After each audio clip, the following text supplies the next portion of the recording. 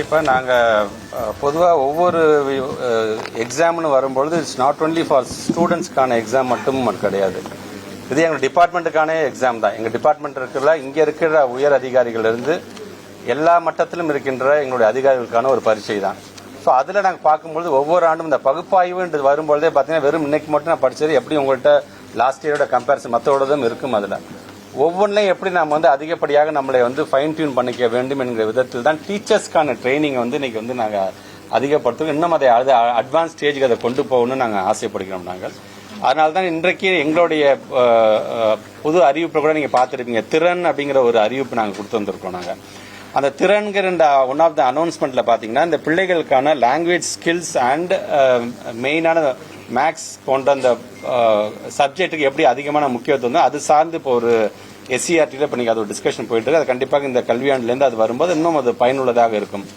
அது 6ஆம் வகுப்புலேருந்து 8ஆம் வகுப்பு வரை போதுமா என்று பார்த்தால் அது 12ஆம் வகுப்பு வரைக்கும் கொண்டு செல்ல வேண்டும் என்கின்ற அந்த முடிவும் நாங்கள் இந்த மாதிரி ரிசல்ட்டை பார்க்கும்போது தான் அந்த மாதிரியான முடிவும் வரும். ஆனால் எங்களை பொறுத்த ரிசல்ட் வருவதற்கு முன்பாகவே அது ஒரு தொலைநோக்கு ஃபோர்சி பண்ணி தான் இன்றைக்கி அது போன்ற திட்டங்களை நாங்கள் கொண்டு வரோம்க்காங்க.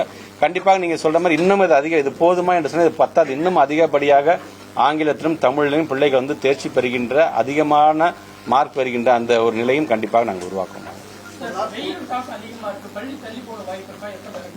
இல்லை, நான் இப்போ ஏற்கனவே மறுச்சு மாதிரி ஜூன் 2 தான் இருப்போம். இப்போ இருக்கிறோம் நாங்கள் இது வரைக்கும். நான் ஏற்கனவே சொன்ன மாதிரி தான் மாண்பு தமிழ்நாட்டு முதலமைச்சர் அலுவலகத்தில் இதுக்குன்னு தனியாக டிபார்ட்மெண்ட்டே இருக்கிறாங்க. அவங்க தான் இந்த வெயிலோட அளவு இதை ப்ரெடிக்ட் பண்ணக்கூடிய டிபார்ட்மெண்ட்டே அவங்க தான். ஒவ்வொரு ஆண்டும் பார்த்தீங்கன்னா அவங்க நமக்கு என்ன அறிவுறுத்தல் பண்ணுகிறார்களோ அதன் அடிப்படையில் தான் நம்ம அறிவிக்கணும். கண்டிப்பாக நீங்கள் சொல்லும்போது மாணவ செல்வங்களுடைய அந்த வெயில் தாக்கத்திலேருந்து அவர்களை நாம் காக்க வேண்டியதும் ஒரு அரசாங்கத்தோட கடமை தான். ஸோ அவங்க என்ன எங்களுக்கு அறிவுரை சொல்லுகிறாரோ அதுக்கு தகுந்தாப்புல அது முடிவெடுக்கப்படும். ஒரே தேர்வு மையத்தை சேர்ந்த நூற்றுக்கணக்கான மாணவர்கள் 190 மதிப்பெண் அது ஒரு சஸ்பெக்டாவே இருக்கு சார். விசாரணை போயிட்டு இருக்கீங்களா? எந்த லெவல்ல இருக்கு? அதான் சொல்றது. இப்ப ஜென்ரலா நான் ஒன்னு கேட்கறேன் உங்கள்கிட்ட. எங்க பிள்ளைங்க இப்ப எக்ஸாம் எழுதுறாங்க, எங்க டீச்சர்ஸ் பாடம் நடத்துறாங்க, சரியா? இப்போ நீங்கள் அந்த கிரெடிட் எங்களுக்கு நீங்கள் கொடுக்க மாட்டீங்க இல்லையா? நீங்கள் ஒரு சஸ்பெக்டாக வைப்பீங்க. நம்மள நாமளே பெருமையாக பேசிக்க மாட்டோம். பொதுவாக எப்போதுமே இருக்கிறது தான். வெளியில் இருக்காங்க, வெளியில் ஸ்டேட்டில் உள்ளவங்க மட்டும் நம்மளை பெருமையாக பேசுவோம். இப்போ நீங்கள் சொல்கிறீங்க பார்த்தீங்களா சார், எங்களுக்கு இல்லை ஒன்றும் சார் விஷயம் தெரிஞ்சுன்னா எங்களுக்கு சந்தோஷம் தான் சார் நினைக்கிறீங்களா? இப்போ இந்த ஸ்கூலை சார்ந்தவங்க லாஸ்ட் இயரில் என்ன பண்ணாங்கன்னு யாராச்சும் பார்த்துருக்கீங்களா?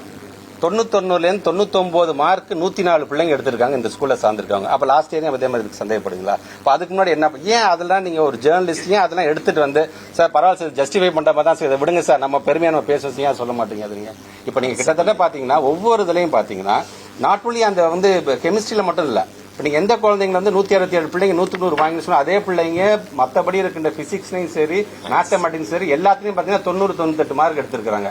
ஸோ அப்போ அந்த பிள்ளைங்க அப்போ அதுலேருந்து சேர்ந்து எடுத்துருக்காங்க நீங்கள் சொல்ல வரீங்களா? ஸோ நான் இதை பொறுத்த வரைக்கும் இருந்தாலும் நீங்கள் சொல்றது பத்திரிகையில் வந்துருச்சு. பத்திரிகை தான் நாங்கள் சாதாரணமாக எடுத்துக்க மாட்டோம். எங்களை பொறுத்த வரைக்கும் எங்களை வழிநடத்தக்கூடிய பத்திரிகை செய்தியாகத்தான் நாங்கள் இது வரைக்கும் நான் பார்க்காது. விமர்சனமாக இருந்தாலும் சரி பாராட்டுகளாம் சார் அதான் சொன்னேன். அவங்க சொல்லிட்டாங்க, ஒரு சந்தேக பறைய மேலே திருப்பிட்டாங்க, ஆளாருக்கு சோஷியல் மீடியாவில் போட ஆரம்பிச்சிட்டாங்க. அது சார்ந்து இப்போ என்கொயரி பண்ணுங்கன்னு சொல்லிட்டு இப்போ நேற்று முதல்கட்ட என்கொயரியில் பண்ணியாச்சு ஃபுல்லாகவே. ஸோ அதில் இந்த மாதிரி கொஸ்டின் பேப்பர் லீக்கேஜுங்கிறதோ இல்லை அது சார்ந்து யாரெல்லாம் அந்த சம்மந்தப்பட்டிருக்கிறாங்க, அங்கே யார் கஸ்டோடியன் பாயிண்ட்ல யார் இருந்தா, யார் டிஓ இருந்து அந்த கொஸ்டின் பேப்பர் போய் எடுத்துட்டு போனது யாரு, அங்கே இருந்த சூப்பர்வைசர் யாரு, அவங்க எந்த ஸ்கூலில் சார்ந்தவங்க, அந்த சூப்பர்வைசர் உள்ளபடியே கெமிஸ்ட்ரி டீச்சரா இல்லை வேற சப்ஜெக்ட் டீச்சரா, இப்படி கிட்ட 100 பேருக்கு கொண்ட ஒரு ஃபர்ஸ்ட் லெவல் ஆஃப் என்கொயரி நாங்கள் முடிச்சுட்டோம். பட் இருந்தாலும் நான் விட மாட்டேன். திருப்பி அதை நீங்க பாருங்க. நீங்க சப்போஸ் உள்ளபடியே 167 பேரும் நம்ம பிள்ளைங்க கண்டிப்பா அந்த 100 வாங்கிட்டாங்க டீச்சர்ஸோட அந்த ட்ரைனிங் தான். அந்த மாடல் நம்ம எடுத்துட்டு ஒட்டுமொத்த தமிழ்நாட்டில் இருக்கின்ற பிள்ளைங்க 100 வாங்குறதுக்கு என்ன செய்வோமோ அதை நம்ம தெரிந்து கொள்ளலாம் என்கின்ற அறிவுரையும் நான் சொல்லிட்டு தான் வந்திருக்கேன். நான் கண்டிப்பா அந்த செய்தி வரும்பொழுது உள்ளபடியே எல்லா பத்திரிகை நண்பர்களுக்கும் நான் எடுத்துன்னு